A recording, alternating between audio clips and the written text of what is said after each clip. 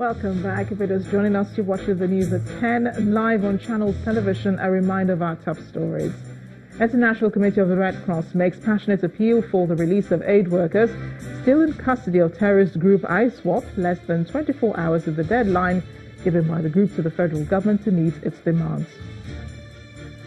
Socio-Economic Rights and Accountability Project, SERAP, condemns President Muhammadu Buhari's order banning 50 alleged corrupt Nigerians from traveling abroad, describes it as repressive and illegal. European Union and the Independent National Electoral Commission (INEC) partner to educate Nigerian youth ahead of 2019 elections. And Saudi Arabia rejects political and economic threats over missing journalist Jamal Khashoggi, vows to fight back any such sanction from the West.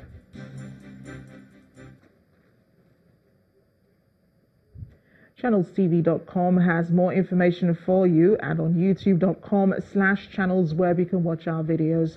You can also watch us on your mobile device via your browser or download the Channels TV app for Android, iOS and Windows devices from their respective stores. Besides giving you access to news updates on the go, the Channels TV and Channels 24 app have an eyewitness feature that you can use to share pictures, videos or news of happenings around you. Just install the app, then tap and swipe to reveal the menu and follow the instructions.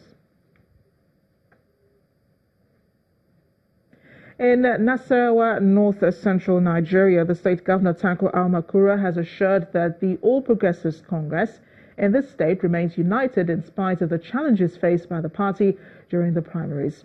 At a parley with party faithful in the state capital, the governor said all issues raised during the primaries have been resolved to ensure the state is battle ready for the 2019 general elections. After all said and done, and the dust these struggles have raised, we have come together as a family to review what has happened and reconcile. I'm so happy to say that today you can see on our faces, myself, my brother, distinguished Senator Abdullah Adamu, my younger brother, the Deputy Governor, and all the other aspirants, all of them of the gubernatorial elections, are here with smiling faces. This is as a result of their commitment and faith in our party. We have sat down and ironed out all the issues that were raised during the primaries. And I'm happy to tell Nigerians that Nasarawa State APC is one united, cohesive family. A faction of the Ogun State chapter of the All Progressives Congress is asking members of the party to put aside personal interests and work towards the success of the party come 2019. The appeal is coming from the chairman of the Nigeria Deposit Insurance Corporation, Mr. Bode Mustafa, who was speaking at a solidarity meeting in Ikenne local government area. I want to appeal to everybody here, because we are all leaders, to appreciate and understand that leadership is about service, that leadership means the ability to carry everybody along and not to believe that one alone can do it. The time has come to bury the weapons of war and to come back together now and even appeal to those people who are out there. Nobody can do it alone. We have to learn also to make sacrifices, because not all of us will get what we want. The Independent National Electoral Commission is making efforts at checking the menace of vote buying. One way that's been identified by the Commission is through financial transparency of political parties. Our next report highlights electoral spending, the position of the law, and effects on Nigeria's democracy. Stomach infrastructure and money bags. These are some of the catchphrases assigned to the commercialization of the Nigerian political process. INEC Chairman, Professor Mahmoud Yakubu, says the Commission will make a definitive statement against vote buyers relying on anti-graft agencies to use their powers. Not too long ago, we had a meeting with the EFCC. They have the capacity and actually the legal responsibility as well to track finances and to prosecute violators. We had a similar meeting with the ICPC as well. Elections require money, but how much of it will be considered too much? According to Section 91 of the Electoral Act 2010 as amended, the maximum expenses to be incurred by a candidate at a presidential election shall be 1 billion naira. For governorship, 200 million naira, and the Act also stipulates sanctions for candidates who flaunt the campaign spending limits. At the party level, the Electoral Act requires political parties to submit their financial statements within 6 months after an election to scrutinize excessive and unchecked spending within the party. The leading political parties have been under fire for the price tag they placed on their expression of interest and nomination forms. Their critics say offices are priced beyond the reach of the average Nigerian who wants to seek election to serve. The balance of the wealth generated and expended by Nigerian political parties may not be an everyday topic, but with the 2019 election in sight, INEC has a daunting task of beating electoral offenders to their game. And our in-house data analyst, Babajide Ogunsanwo, joins us now to talk further on this. Babajide, this is something not usually discussed when it comes to elections. We talk about the political parties.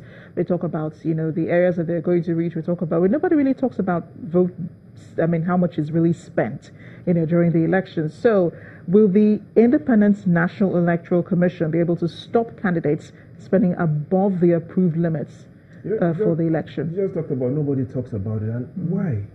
Listen carefully to this, Samarachi. If you give Nigerian politicians an unlimited budget, they will exceed it. Oh, yes. So we need to look at what even had happened during the over 60 centuries where we had the trade by barter. We had 6,000 years of trade by barter, and there was not one recorded case of vote buying. Why? Because trade by barter doesn't support it. Imagine I wanted to buy your vote. I'll have to probably bring 5 tubers of yam and a basket of tomatoes. Right. So vote buying is easier when it is money. So we need to look at how much are candidates allowed to spend on this election. Right. How much are they allowed to spend? The president is allowed to spend up to 1 billion naira. And if we have 91 political parties fielding 91 candidates, then we'll probably have an excess of 91 billion naira in the economy in the general elections. The governors are expected to spend, or they're allowed to spend, 200 million naira maximum, even though we know there are cases of several governors spending significantly more. Senators, 40 million naira.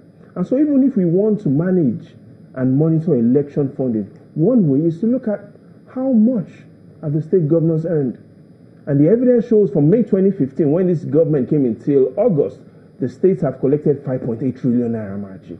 So we need to look at and have more transparency and accountability in the expenditure of state governments. Yes, but when you say spending, all I'm hearing is dollars, naira. I know people are doing all the calculations in their head, and we're asking, does this reflect on the economy at the end of the day? Now, the evidence shows that it affects the economy, but not significantly. So if you look at inflation rates during when the elections happen, it isn't significantly different from pre-election spending era. Does the economy grow significantly more? The evidence shows no.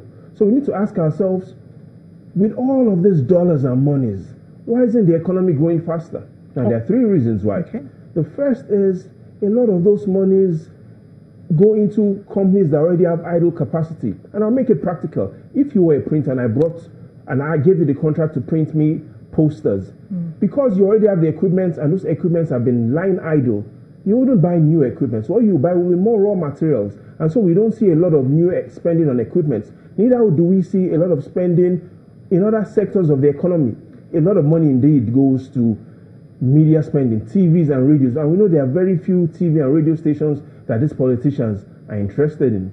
And again, the final reason is a lot of money goes into sponsoring violence. And so we need to ensure, and if the INEC wants to monitor election spending, we need to look at those three areas, the areas where money goes into, and we need to find out more disclosure about where the money goes into. Or probably where the money comes from. So can agencies such as the CBN, the EFCC, the ICPC, can they all assist INEC to monitor how political parties raise finance? That's really important, right? Again, but just as I started, if you give Nigerian politicians an unlimited budget, they will exceed it. So three things that these agencies could do. Every political party will be raising funds. So they have to send their agencies or their spies to the fundraising events of this election, because we know an individual cannot donate more than 1 million naira to a candidate. So these agencies have to go to fundraising events. These agencies indeed need to monitor and track funds. We now have the BVN. And finally, they also need to look at which particular media platforms are they placing their ads, and be able to look at how many spot ads have been bought. If they do that, we'll be able to look at the candidates managing how much they spend on the elections. Well, as you said, politicians would exceed whatever limits they're giving. But sometimes some of these monies also come from outside, right? So are there international standards on tracking campaign finance? Pretty much there are three. You check the source of the funds, you check the use of the funds, and then you also look at your regulation. On regulation, we are doing poorly. The Electoral Guidelines, Section 92, subsection 3, states that after every election, political parties within a 6-month window have to submit their audited statement. INEC needs to enforce that. Currently, it is not performing well on that. The second is to look at the source and use of money. And here's my simple argument to INEC. We've got 36 states. We need to categorize the states and focus on the states that most likely would have electoral funding concerns with regarding to going beyond their limits. The first category is we've got 30 states that since May 2015, each of these states have collected below 200 million naira each. Yes, that category is important. But the second category is 5 states that have collected between 200 and 400 million naira each from the federation account. Rivers, Bayelsa, Lagos, Kano. INEC needs to focus on it. And the state as well that has collected the most amount of money from the federation account, Akwa Ibom. So what INEC needs to do during this election is, yes, it's important to have electoral monitoring units across 36 states, but it's important to focus on this category A and category B states, these 6 states that have collected the most money from the federation account, because those are the states that most candidates will want to win, because they're the juicy states. Again, remember, if you give Nigerian politicians an unlimited budget, they will exceed it. And people will be looking forward to what the economy, or how the economy performs after the election. Yes, that finally, the presidential campaigns will start November 18. The governorship campaigns officially starts December 1st. Yeah. So within the next 40 days, it will be important that INEC sets up electoral campaign finance monitoring units. And they also have to be creative about this. This doesn't just have to be a Nigerian solution. We've seen the African Continental Free Trade Agreement.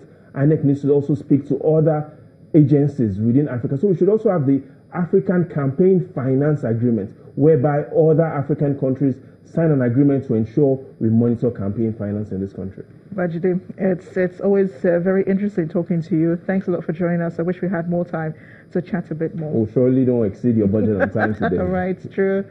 Now, under the present federal government in Nigeria, the Southeast geopolitical zone has been treated fairly. As according to the Minister of Labour and Employment, Dr. Chris Ngige, he told Channel Television's Ladi Akeredoluale on our political program, Roadmap 2019, that the recent accusations of marginalization made by the Southeast Governors Forum is not borne out of the facts. I've read through their report. It's a 2017 report.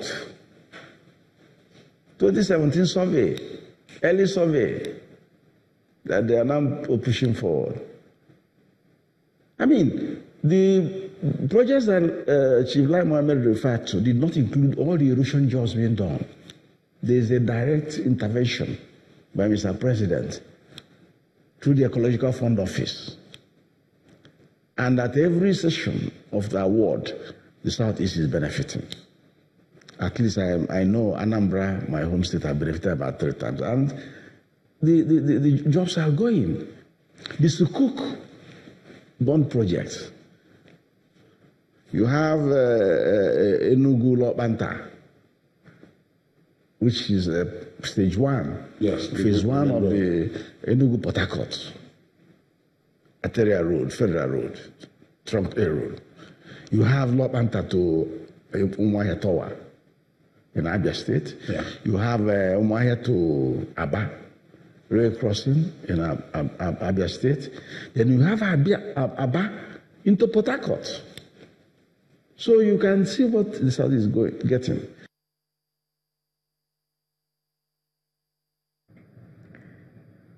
You can watch the full interview with Dr. Chris Ngige on Roadmap 2019. It airs tomorrow, Monday, October 15th at 9 p.m. only here on Channels Television. When the news at 10 returns, rice farmers in Kano State groan over the erosion of their farmland by massive flood that destroyed over 10,000 hectares. That's in our community report. Stay with us.